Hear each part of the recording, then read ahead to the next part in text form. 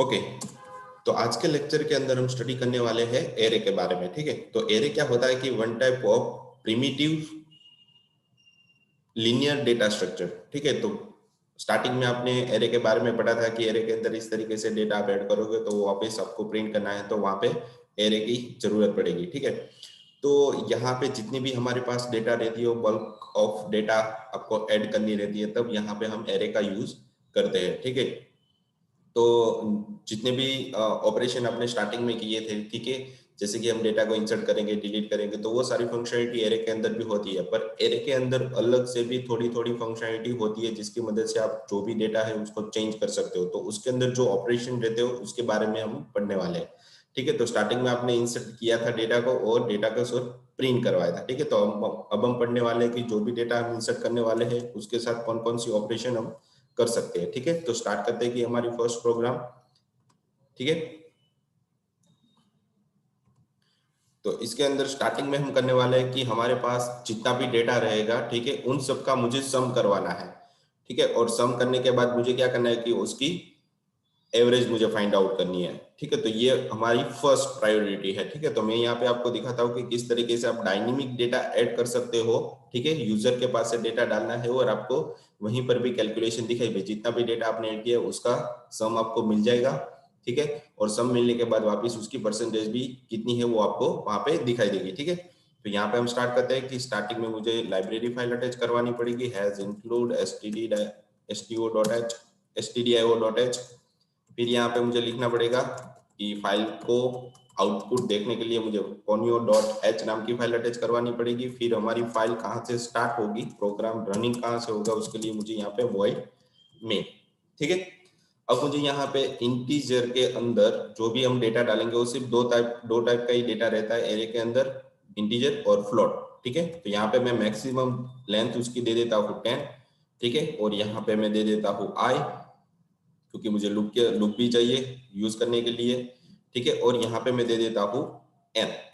ठीक है, एन क्या होता है कि आपके पास मैक्सिमम 10 लेंथ है, 10 बॉक्स आपके पास है, उसमें से आपको कितना डेटा डालना है, 5 डालना है, 6 डालना है, 7 डालना है, तो आपको वहां पे एन जैसे ही डालोगे तो उतना ही डेटा आप वहां पे इंसर्ट कर सकते हो सारी पोजीशन पे। ठीक है, तो देखते हैं कि पहले तो हम पूछ लेते कि हमारे पास जो एरे है उसके अंदर मुझे कितना रिकॉर्ड इंसर्ट करवाना है, मतलब एम।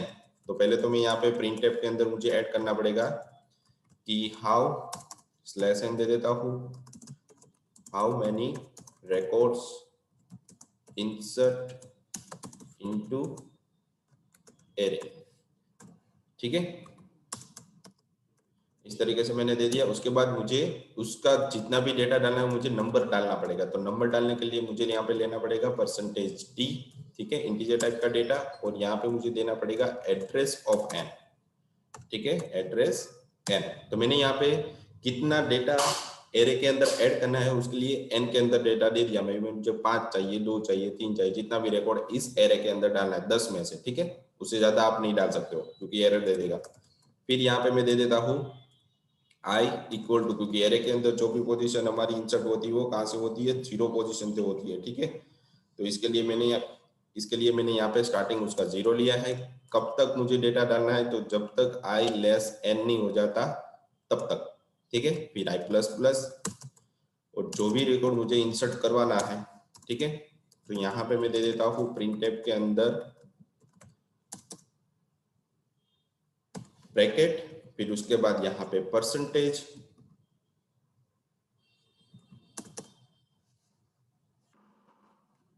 उसके बाद यहाँ पे मैं दे देता हूँ %d।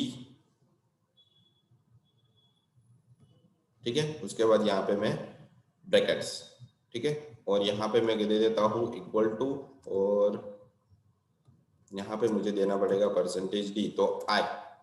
ठीक है, जो हमारे पास ऑलरेडी है, आई की वैल्यू 0 1 2 होती रहेगी। ठीक है, उसकी पोजीशन दिखाएगा हमें कितनी पोजीशन पे डेटा हम वहां पे ऐड कर रहे हैं और कौन सी पोजीशन पे कर रहे हैं। तो कभी address of A of I, मतलब 0 पोजीशन पे, 1 पोजीशन पे, 2 पोजीशन पे।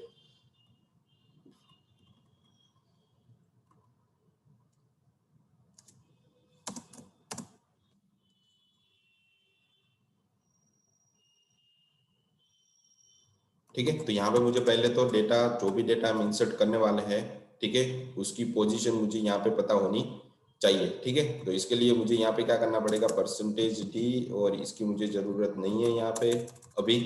ठीक है, ये जो स्कैनएफ है वो मैं कहाँ पे ले लूंगा, प्रिंटएफ के नीचे की साइड। ठीक है, तो यहाँ पे मुझे वो दे देगा कि कौन सी पोजीशन पे आप रिकॉर्ड ऐड कर रहे हो।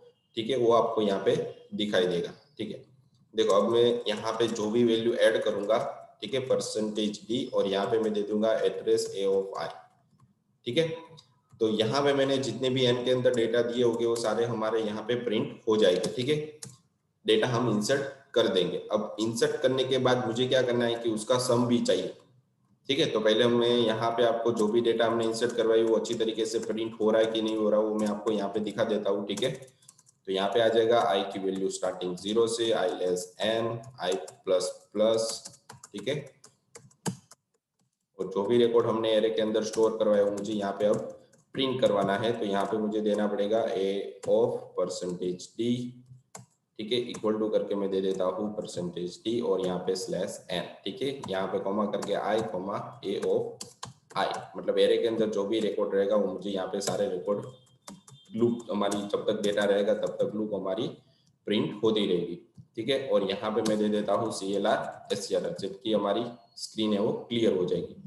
और मैं प्रोग्राम को सेव भी कर देता हूँ। ठीक है, तो यहाँ पे क्या करना पड़ेगा मुझे, प्रोग्राम को सेव करने के लिए F2, और यहाँ पे मैं फाइल का नाम दे देता हूँ कि array1। ठीक है, तो सेव हो गई। अब मुझे रन करना है तो अल्टर F के अंदर यहाँ पे जाना है आपको, रन करवाना। ठीक है, तो जैसे ही रन करवाओगे तो यहाँ पे देखो how many record insert into array, तो 4 रिकॉर्ड।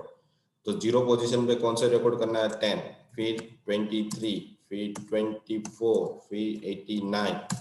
तो जितने भी रिकॉर्ड आपने डाले थे तो सारे के सारे देखो प्रिंट होके आगे उसकी पोजीशन वाइज 10, 23, 24, 89।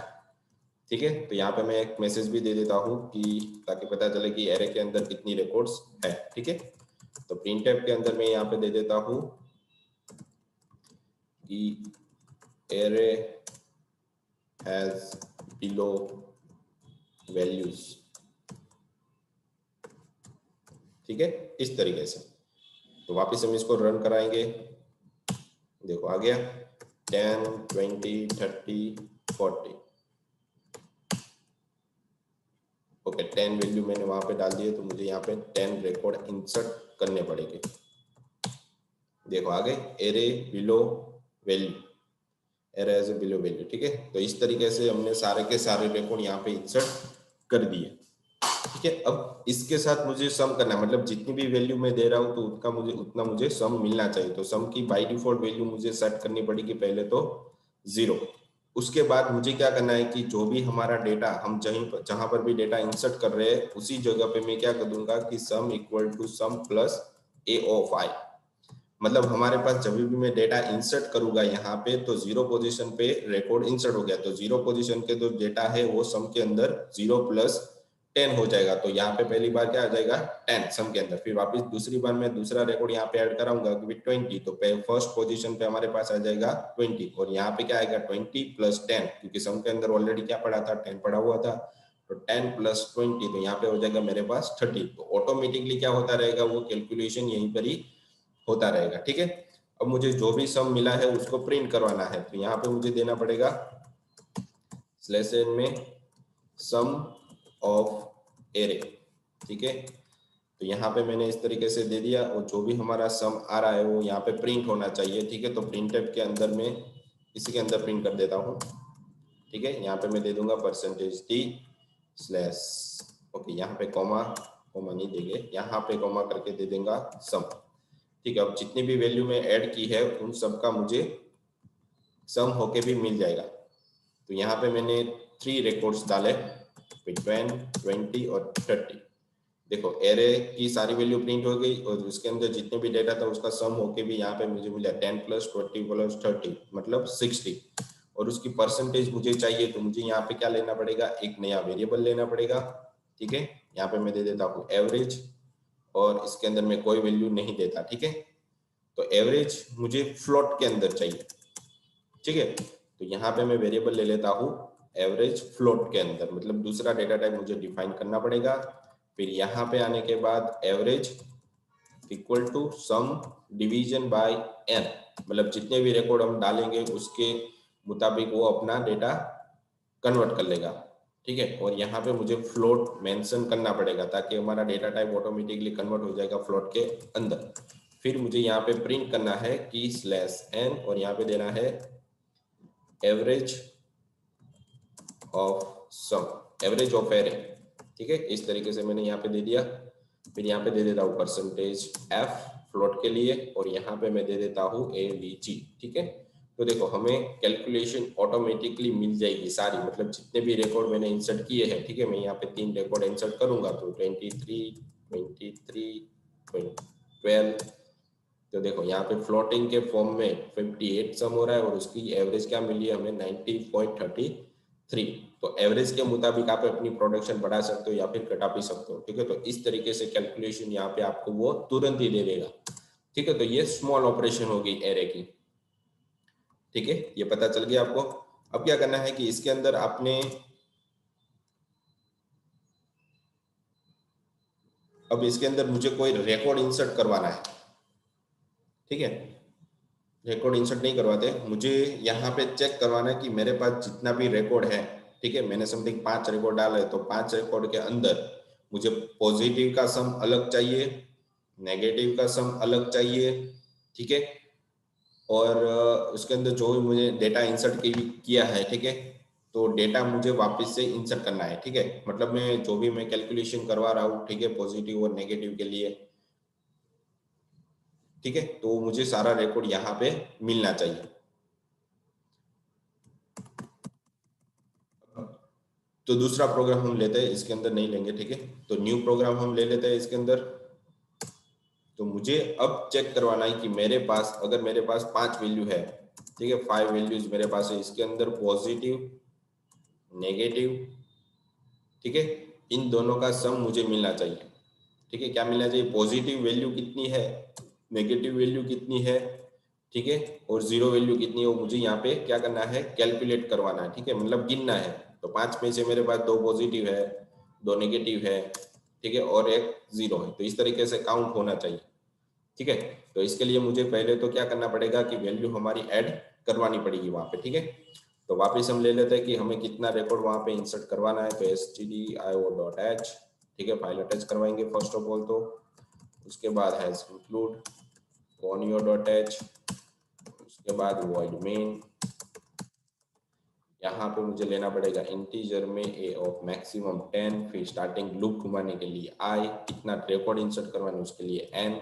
फिर मुझे यहाँ पे 3 वैल्यू लेनी है, पॉजिटिव की वैल्यू बाय डिफॉल्ट 0, नेगेटिव की वैल्यू बाय डिफॉल्ट 0 और 0 जेड की वैल्यू में 0 ले लेता हूँ। ठीक है, अब मुझे इसके अंदर रिकॉर्ड इंसर्ट करवाने हैं एरे के। तो how many record insert into array. ठीक है, इस तरीके से मैंने यहाँ पे दे दिया। यहाँ पे मैं दे देता हूँ स्कैनर, मतलब मुझे कितनी रिकॉर्ड इंसर्ट करवानी हो यहाँ पे मुझे मेंशन करनी पड़ेगी। ठीक है, एड्रेस ऑफ n। अब मुझे फॉर लूप के अंदर जो भी डेटा इंसर्ट करवाना है, ठीक है, उसकी वैल्यू मुझे यहाँ पे देनी पड़ेगी। तो स्टार्टिंग हमारी 0 से होगी, कहाँ तक जाएगी, n तक जाएगी, i प्लस प्लस। ठीक है, फिर यहाँ पे मुझे जो भी रिकॉर्ड इंसर्ट करवाना है तो उसके लिए मुझे यहाँ पे परसेंटेज के अंदर a ऑफ %d और यहाँ पे मैं इक्वल टू करके दे देता हूँ। ठीक है, यहाँ पे मैं दे देता हूँ i, और जो भी रिकॉर्ड मुझे एरे के अंदर स्टोर करवाना है उसके लिए मैं यहाँ पे दे लेता हूँ स्कैनर। ठीक है, वापस से वही ऑपरेशन हम यहाँ पे करने वाले हैं। ठीक है, तो यहाँ पे मैं address of a of i। ठीक है, तो ये रिकॉर्ड मैंने जितने भी थी वो इंसर्ट करवा दिए। अब मुझे चेक करवाना है कि जो भी रिकॉर्ड मेरे पास है तो हर एक वैल्यू को मुझे चेक करवाना पड़ेगा। क्या करना पड़ेगा, मुझे हर एक वैल्यू को चेक करवाना पड़ेगा कि कौन सी वैल्यू कहाँ पर पड़ी हुई है। ठीक है, और उसके अंदर जो भी रिकॉर्ड है वो एक एक को पकड़ के चेक करना पड़ेगा। तो पॉजिटिव है कि नेगेटिव है कि जीरो, अगर पॉजिटिव होगा तो इसके अंदर जाएगा, नेगेटिव होगा तो इसके अंदर जाएगा, जीरो होगा तो इसके अंदर जाएगा। तो मुझे सारी रिकॉर्ड चेक करवानी है, इसलिए मुझे लूप तो यूज करनी पड़ेगी। ठीक है, i less n, i plus plus. ठीक है। अब इसके अंदर मुझे चेक करवाना है कि इफ ए ऑफ आई अगर मेरे पास 0 से बड़ी है, मतलब ए ऑफ 0 के अंदर जो पोजीशन पड़ी है, वैल्यू पड़ी है, वो क्या होगी, 0 से बड़ी होगी, तो मैं यहाँ पे पॉजिटिव की वैल्यू क्या कर दूंगा, प्लस प्लस। ठीक है। फिर यहाँ पे मैं दे दूंगा एल्स इफ अगर मेरे पास ए ऑफ आई के अंदर वैल्यू पड़ी है वो नेगेटिव है, मतलब उससे क्या होगा कि 0 बड़ा होगा यहाँ पे। ठीक है। अगर नेगेटिव होगी तो 0 क्या हो जाएगा, ऑटोमेटिकली बिग हो जाएगा। ठीक है। तो यहाँ पे मुझे क्या करना पड़ेगा, तो वैल्यू हमारी क्या हो जाएगी, नेगेटिव। ठीक है। तो नेगेटिव के अंदर प्लस प्लस मैंने कर दिया। अगर पॉजिटिव भी नहीं है, नेगेटिव भी नहीं है, तो मुझे यहाँ पे क्या करना पड़ेगा, z की वैल्यू प्लस प्लस करवानी है। ठीक है। तो इस लूप के अंदर सारा रिकॉर्ड हमारा घूमता रहेगा, जब तक खत्म नहीं होगा तब तक पॉजिटिव होगा तो इसके अंदर स्टोर होगा, नेगेटिव होगा तो इसके अंदर, 0 होगा तो इसके अंदर स्टोर हो जाएगा। क्योंकि बाय डिफॉल्ट वैल्यू हमने इसकी क्या दी थी, 0 दी थी। अगर उसके अंदर कोई रिकॉर्ड मिलेगा तो प्लस में, मतलब उसके अंदर एक रिकॉर्ड बढ़ जाएगा, मतलब 1, फिर 2, 3, 4 ऐसे। ठीक है। तो पहले तो मैं क्या करवा लूँ कि जितना भी मेरे पास रिकॉर्ड है, ठीक है, उसको मैं प्रिंट करवा, ताकि पता चलेगा कि इसके अंदर इतना रिकॉर्ड पॉजिटिव है, इतना नेगेटिव है। ठीक है। तो यहाँ पे मैं स्लैश एन करके दे देता हूँ एरे वैल्यूज आर बिलो, इस तरीके से मैं यहाँ पे दे रहा हूँ। ठीक है। उसके बाद मुझे यहाँ पे क्या देना है कि जितनी भी मेरे पास वैल्यू थी वो मुझे यहाँ पे प्रिंट करवानी है। तो आई लेस एन, आई प्लस प्लस, ठीक है। और यहाँ पे मैं जितनी भी रिकॉर्ड मेरे पास है वो मैं यहाँ पे प्रिंट करवा देता हूँ।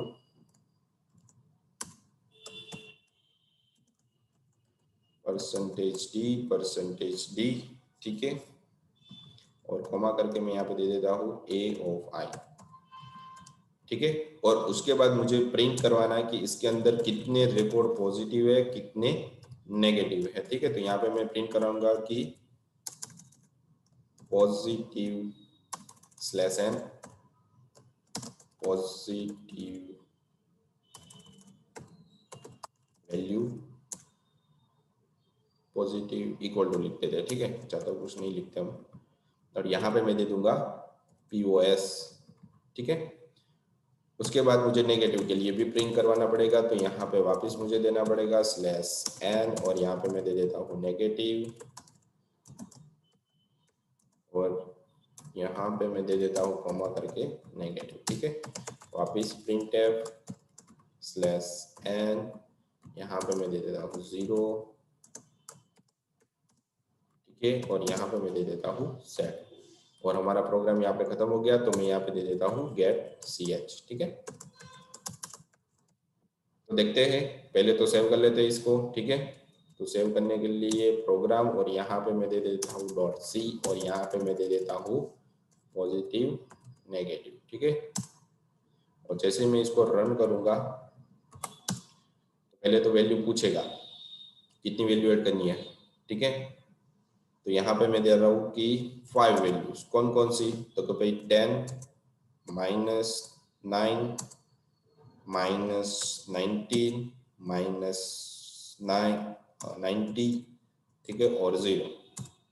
तो जैसे ही मैंने इंसर्ट किया तो यहाँ पे हमारा सारा रिकॉर्ड 10, -9, -90, 90, 0 इस तरीके से प्रिंट हो रहा है। पर पॉजिटिव नेगेटिव के अंदर कुछ भी हमारा रिकॉर्ड प्रिंट नहीं हो रहा, क्योंकि हमने यहाँ पे परसेंटेज डी नहीं दिया। ठीक है। तो परसेंटेज डी देना पड़ेगा, और यहाँ पे ऊपर हमें प्रोग्राम को क्लियर भी करवाना पड़ेगा, मतलब CLR SCR, ताकि हमारी जो पुरानी प्रोग्राम वो अच्छी तरीके से हमें मिलेगी। ठीक है। जैसे ही रन करोगे तो यहाँ पे मैं 5 रिकॉर्ड इंसर्ट करूंगा, 10, -90, -89, 0, और यहाँ पे मैं देता हूँ -12। तो देखो यहाँ पे हमारा एरे, पूरा एरे प्रिंट हो गया है अभी, 10, -90, -89, 0 और 12। तो पॉजिटिव हमारे पास एक रिकॉर्ड है, नेगेटिव वाले 3 रिकॉर्ड है, और 0 हमारे पास एक है। ठीक है। तो इस तरीके से सम हमें यहाँ पे मिल जाएगा, और कितने रिकॉर्ड हमारे पास है वो मुझे यहाँ पे मिल जाएगी अच्छी तरीके से। ठीक है। तो इस तरीके से मैं जितनी भी डेटा हमारे पास है उसको मैं यहाँ पे मैनिपुलेट कर सकता हूँ। ठीक है। इसके अंदर कोई दिक्कत नहीं है। तो एरे क्या होती है, वन टाइप ऑफ आपको एरे वन टाइप ऑफ क्या होती है, आपके पास लीनियर डेटा स्ट्रक्चर होती है। इसके अंदर आप किसी भी तरीके के ऑपरेशन यहाँ पे करा सकते हो, पर आपको उसका लॉजिक अच्छी तरीके से समझ में आना चाहिए भी मुझे क्या करवाना है और वहां पे मुझे कौन सी कंडीशन देनी पड़ेगी, ठीक है। तभी आप यहाँ पे अच्छी तरीके से एरे को समझ सकते हो, ठीक है, वरना एरे को समझना बहुत ही मुश्किल हो जाएगा। इसकी प्रैक्टिस भी आपको अच्छे से करनी पड़ेगी भी इसके अंदर मुझे इस तरीके से डेटा मिलेगा, इस तरीके से डेटा मुझे फैच करवाना, इस तरीके से डेटा मुझे इंसर्ट करवाना, तो सारा रिकॉर्ड उसी के हिसाब से प्रिंट होता है, ठीक है। तो आप इसके हिसाब से बहुत सारी फंक्शनलिटी भी यहाँ पे इम्प्लीमेंट कर सकते हो, ठीक है।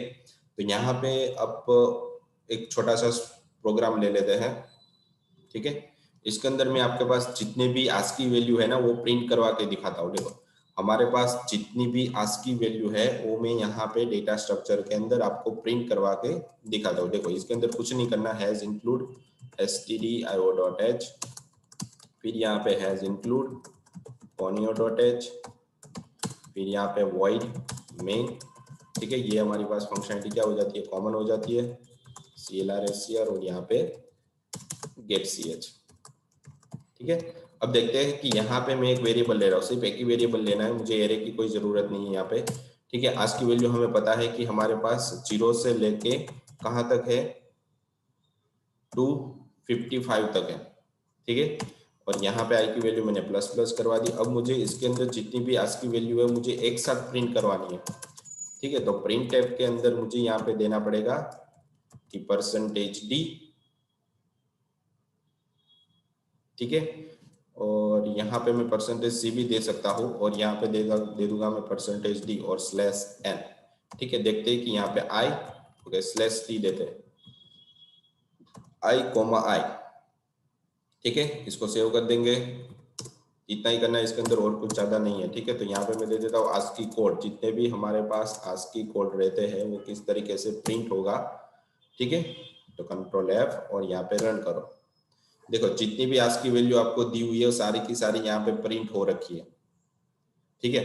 तो यहाँ पे हमारा जो आस्की कोड था 97 से चालू हो रहा है। देखो 97 के अंदर क्या है, ए पड़ा है, 98 के अंदर 2b पड़ा है, 99 के अंदर c पड़ा है। तो ये सारी आस्की वैल्यू हो गई। मतलब जब भी आप सी प्रेस करते हो तो उसकी आस्की वैल्यू कंप्यूटर क्या समझता है, 99, ठीक है। क्योंकि कंप्यूटर 0101 समझेगा, सी तो समझेगा ही नहीं। तो सी की एक फिक्स वैल्यू होती है 99। जब भी आप प्रेस करते हो तो कंपाइलर के पास जाने के टाइम वो क्या कहता है कि 99 को 0101 के अंदर कंपाइल करेगा, तो उसे पता चलेगा भाई 99 मतलब सी होता है, तो वो सी को आउटपुट के अंदर प्रिंट करवा के देता है। वैसे ही आपके पास 65 से क्या चालू होता है, कैपिटल नंबर चालू होता है, ठीक है। तो यहाँ पे देखो आपके पास क्या हो रहा है, 65 से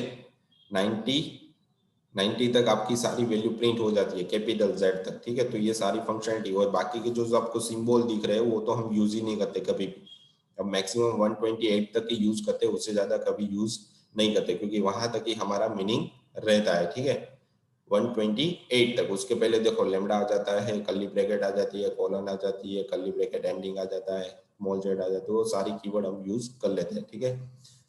तो इस तरीके से आज की वैल्यू आप एक साथ प्रिंट करवा सकते हो। अगर आपको सिर्फ 65 से 90 तक की वैल्यू चाहिए तो यहाँ पे आप जैसे इसे लिखोगे और रन करोगे तो आपको अपनी तरीके से डेटा मिल जाएगा, देखो, ठीक है। तो इस तरीके से आपकी सिर्फ आज की वैल्यू प्रिंट होगी, ठीक है। कहाँ से कहाँ तक प्रिंट करवाना है, तो 1 से मुझे 50 तक करवाना है, तो देखो उसके अंदर जितनी भी आज की वैल्यू आती है वो सारी की सारी प्रिंट हो जाएगी, देखो। तो इस तरीके से सारा रिकॉर्ड आपका प्रिंट अच्छी तरीके से हो रहा है, ठीक है। तो ये एरे होती है, एरे का ये मेन यूज होता है कि जितना भी डेटा है वो आप अच्छी तरीके से प्रिंट करवा सकते हो, ठीक है। तो नेक्स्ट लेक्चर के अंदर एरे तो आपको समझ में आ गया, तो नेक्स्ट लेक्चर के अंदर हम पढ़ने वाले हैं लिंक लिस्ट, ठीक है। तो लिंक लिस्ट का बहुत ही यूज होता है, जो आप उसके लिए आपको पॉइंटर भी समझ में आना चाहिए, ठीक है। तो पॉइंटर का कॉन्सेप्ट भी उसके अंदर आ जाता है। तो लिंक लिस्ट के बारे में स्टैक हमारे पास हो जाता है कि मेलॉक, कैलॉक, रियलॉक, तो उसके बारे में पहले हमारे पास थियरी है, थियरी पढ़ने के बाद हम हमारे इम्प्लीमेंटेशन उसको करने वाले हैं, ठीक है। तो नेक्स्ट लेक्चर के अंदर हम लिंक लिस्ट पढ़ेंगे, इसको अच्छी तरीके से समझ लेना, क्योंकि इसके बेस पर ही वो सारा कुछ टिका हुआ है, ठीक है। तो आज के लेक्चर के लिए इतना ही रखते हैं हम, ठीक है। कोई भी डाउट्स या प्रॉब्लम हो तो बता देना, ठीक है। Thank you.